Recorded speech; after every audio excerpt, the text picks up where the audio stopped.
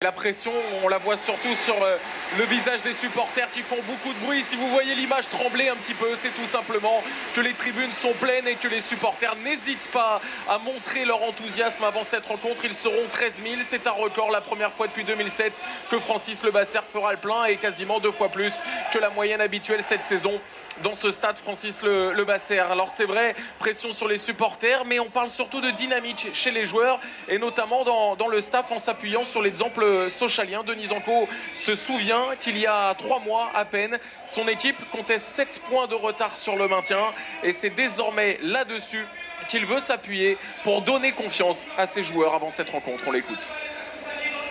Vous nous avez prédit un avenir très sombre il y a quelques semaines et nous on a toujours cru à notre rêve, c'est-à-dire d'être en mesure de jouer ce dernier match à la maison pour qu'il soit décisif. Donc aujourd'hui on est dans cet état d'esprit-là en connaissant bien évidemment la qualité de notre adversaire du jour qui est le leader incontesté de cette Ligue 2. Donc voilà, il y a une montagne en face de nous mais on est prêt pour affronter le défi.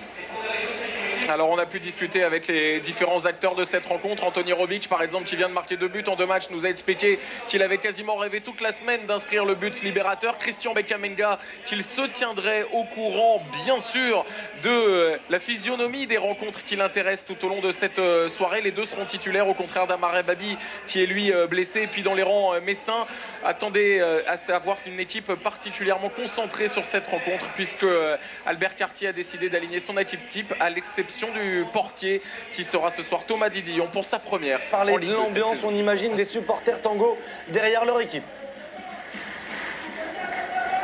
Exactement, vous imaginez bien, ils sont 13 000, on le disait tout à l'heure, à avoir fait le déplacement dans ce stade Francis Lebassère pour venir soutenir une équipe qui a son destin entre ses mains. Il suffit de s'imposer ce soir face à Metz pour rester la saison prochaine en Ligue 2. Le problème, c'est que suffire, eh bien, c'est parfois compliqué et face aux Messins, champions de France et libérés, ça l'est encore plus, d'autant que les Messins d'Albert Cartier s'avancent quasiment avec l'équipe type, à l'exception de Thomas Didillon, qui à 18 ans fait sa première dans les buts des Grenats. L'absence également de Yenien Bakoto, mais pour le reste c'est du classique, c'est du solide. Le premier ballon pour les Messins alors qu'il y a déjà eu un contact. La preuve dans cette rencontre est bien que les Messins ne sont pas venus pour faire de la figuration. 0-0 alors que l'on joue depuis un peu plus de 2 minutes.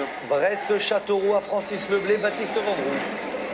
Beaucoup d'envie de bien faire pour l'instant chez les Lavallois, mais toujours pas de franche occasion de but, si ce n'est une tentative de Diallo. 0-0, donc au tableau d'affichage, on sent vraiment la volonté de ne pas perdre le ballon, la volonté d'être propre, de jouer dans les pieds. Du coup, c'est vrai, ça manque un petit peu de rythme, ça manque aussi de prise d'initiative. Et Thomas Didillon, le portier de cette formation messine, n'a pas grand-chose à faire et surtout n'a pas beaucoup de crainte sur la physionomie de cette rencontre. En tout cas, après un peu moins de 13 minutes, les Messins, eux, sont pour l'instant inoffensifs de cette rencontre. Christian Bekamenga qui s'est retourné et qui va réussir peut-être à trouver l'un de ses coéquipiers. Ce sera un petit peu court pour, en l'occurrence, Anthony Gonçalves. Changement de la part de Denis Anco, c'est important parce que ça donne une idée de ce que l'on décide dans les rangs lavallois, a priori plutôt défensif, puisque Kevin Perrault est venu relayer Anthony Robic.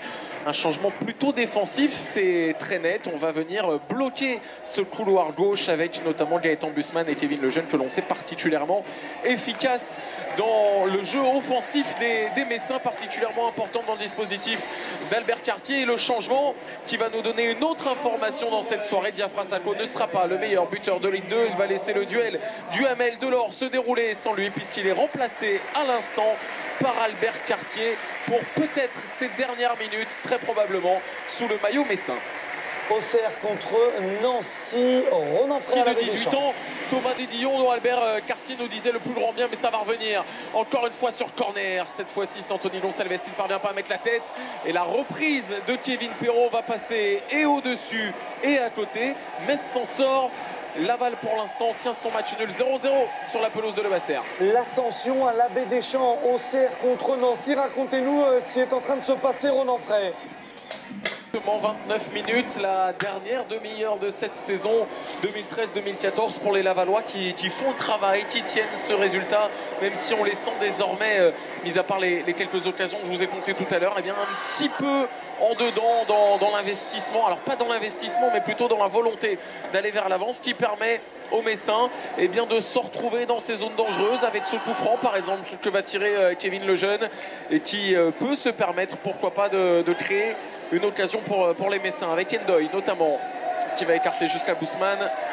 Il y a Nicolas Fauvert qui n'a pas touché énormément de ballons et qui va venir le solliciter justement, pris par Jordan Adeoti. On recule dans les rangs messins et on repasse notamment par la défense centrale avec Romain Ignez, Romain Métanire. Désormais l'appel d'Eduardo Métanire qui prend son couloir, qui peut accélérer, il a un petit peu d'espace et il va aller chercher encore une fois Bounassar, le jeune qui va armer, la frappe est contrée, repoussée par la défense lavalloise qui va s'en sortir sur ce coup-là. La 18e minute à Francis Lebasser dans cette seconde période, 0-0 dans cette rencontre et Christian Bekamenga qui n'aura pas ce ballon. Dijon-Caen, Xavier Domergue et Il faut Robert pour Mann. cela s'imposer et c'est le sens de la rentrée de Julien Toudic à la place de Mamadou Diallo qu'on n'a pas beaucoup vu sur son côté. L'ancien Nantais, le ballon toujours dans les pieds des joueurs lavallois à qui il reste donc un quart d'heure pour marquer ce but définitivement libérateur. Les Messins qui gèrent tranquillement leur fin de saison et qui ont sans doute la tête désormais aux vacances bien méritées, nous disait tout à l'heure Albert Cartier. Attention tout de même avec Ripper là-bas qui va être peut-être le premier sur le ballon, qui n'obtiendra pas le corner, mais la remise en jeu, il y a du monde dans cette surface avec Toudic justement, l'un de ses premiers ballons.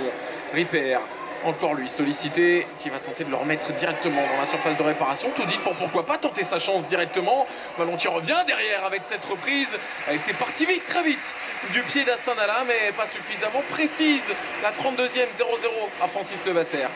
3 contre Niort, on retourne voir avec Xavier Hamel Le championnat, la terrain, dernière de cette saison 2013-2014, le Racing Club, c'est une certitude. La Ligue 2 2013-2014, le FCMS, le Racing Club de Lens et le Stade Malherbe de Caen vont monter la saison prochaine en Ligue 1. Nancy et Niort restent à quai. 3 points d'écart entre le Stade Malherbe de Caen et l'AS Nancy-Lorraine.